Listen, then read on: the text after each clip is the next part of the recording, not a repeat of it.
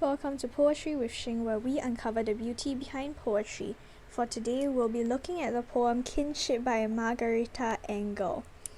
So firstly, before we begin, we will take a look at the whole poem and I'll read it out. Kinship. Two sets of family stories, one long and detailed, about many centuries of island ancestors all living on the same tropical farm.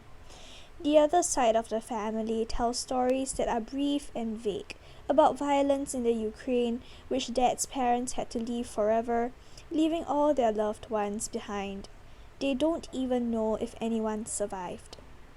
When Mommy tells her flowery tales of Cuba, she fills the twinning words with relatives. But when I ask my Ukrainian Jewish American grandma about her childhood in a village near snowy Kiev, all she reveals is a single memory of ice skating on a frozen pond. Apparently, the length of a grown-up's growing up story is determined by the difference between immigration and escape.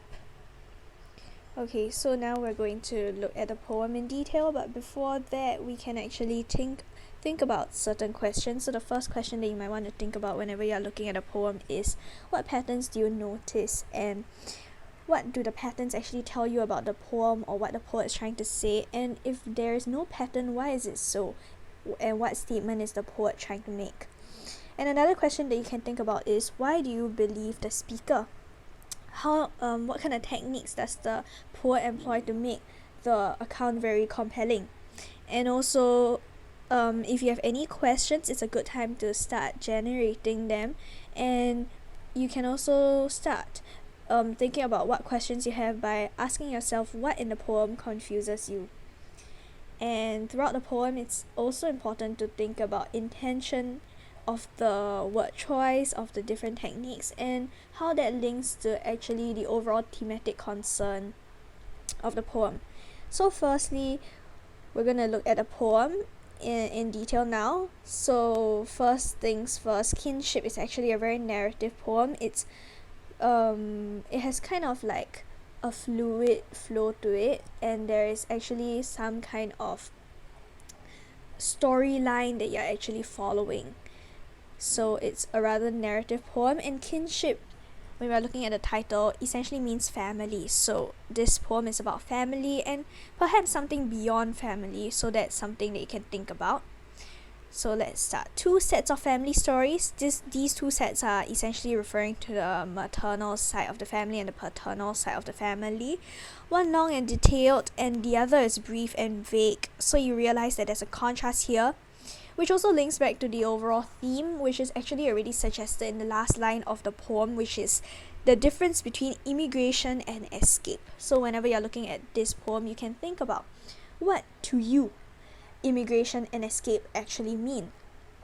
So in the first stanza, you see the maternal side of the family is talking about grows up in an island, and the speaker's mother has island ancestors, and they're all living on the same tropical farm. So you can actually have a very vivid picture, vivid image painted of the peacefulness, tranquility of a farm, and how it is very much more like down to earth perhaps, and it's just a very peaceful and grounded life that the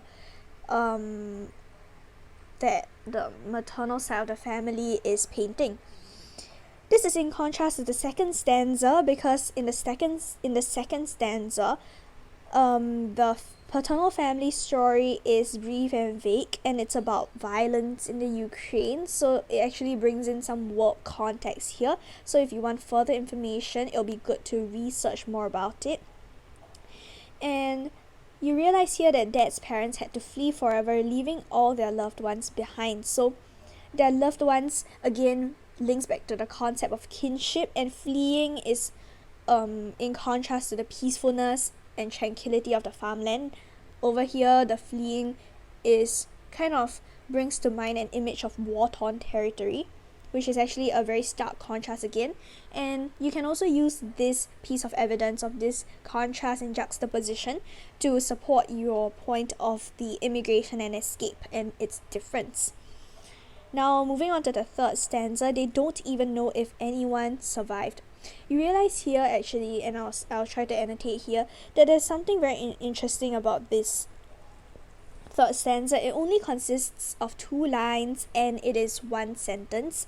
And over here you see I've written the word enjambment because I feel that this is something that is worth exploring. The technique that the poet uses, enjambment, is actually quite worth exploring because it kind of gives a jarring effect to the entire stanza. They don't even know if anyone survived. So this anyone, after the word anyone, you actually will experience some kind of pause or like some anticipation on the reader's part about so what did anyone do? And finally there's this really impactful word survived. So it shows how it just shows how disastrous perhaps the entire condition of growing up in an unstable territory is for the paternal family in this poem. And this new stanza, to separate it from the second stanza, it's also a deliberate choice, and it is probably to emphasize the importance of kinship and how separation is also a key idea in this poem, about how relationships are maintained, how we deal with relationships when we're together and when we are separate. Okay, so now moving on to the fourth stanza. So you can see again a very stark contrast between the maternal and the paternal side of the family. So when mommy tells her flowery tales of Cuba is actually a place in the Caribbeans. And when mommy tells her flowery tales, she fills the twining words with relatives. So here there is the imagery of nature, peace, and flowers, which is actually something quite positive. There's a lot, like flowers have a nice smell to it, so it's definitely something with a positive connotation. And on the other hand, when the speaker asks her Ukrainian Jewish American grandma about her childhood village, the grandma only remembers a single memory. So here we can see that there's a diversity of roots and heritage of the grandma, Ukrainian Jewish American, which actually I think you could connect this to the interconnectivity of the human nature, and how a lot of times we come from very, very diverse backgrounds and heritages. And also note here that it's grandma, and so it's 2 generations apart from the speaker, so it perhaps could link to how times are ever changing, but ultimately what stays the same is the love and family and the familial love and kinship, which is the center of the story, and also the poem.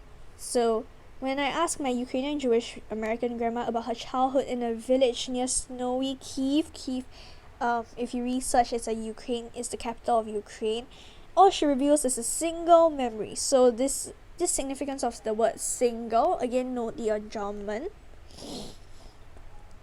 So single memory shows how few memories grandma has about family in a war-torn country, and it also shows how time might actually wash or fade certain memories.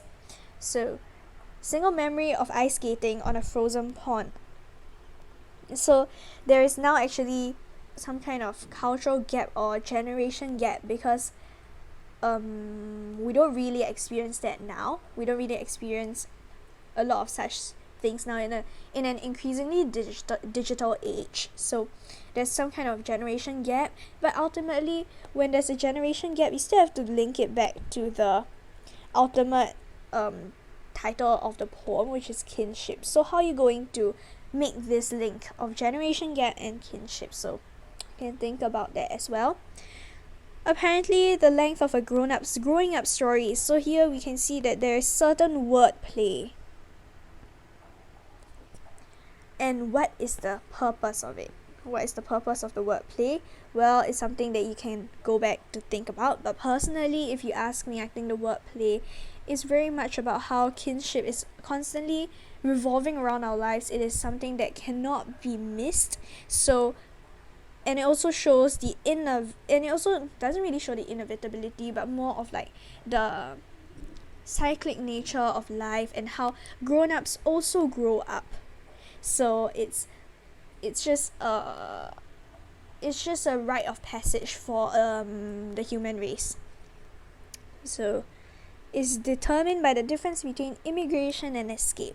So over here I actually wrote down certain differences between immigration and escape. So immigration is a pull factor because you are attracted to a certain country, and immigration is also about willingly going to the place that you like. So it's more about the country that you're going to that you prefer. And escape, on the other hand, is a push factor away from your own country, and often it's because you feel that it's not safe to stay in your current country, so you escape to another country. And in this case, the focus is more on your home country instead of the country that you're escaping to. So there's actually a slight difference and nuance between these two words, and also the connotation is slightly different. Immigration is the perception of immigration is often something that's not say positive, but slightly more positive than the connotation of escape, because escape has the element of fear. Ultimately, immigration and escape are both about leaving your home country. So you can also think about the question about, ultimately, are these two ideas fundamentally the same? So I've left quite a few questions for you to think about throughout this video, and I think that's about it for Kinship by Margarita Engle. Thank you for watching. If you have any poem that you would like to be analyzed, you can write down the name of the poet and poem in the comments below.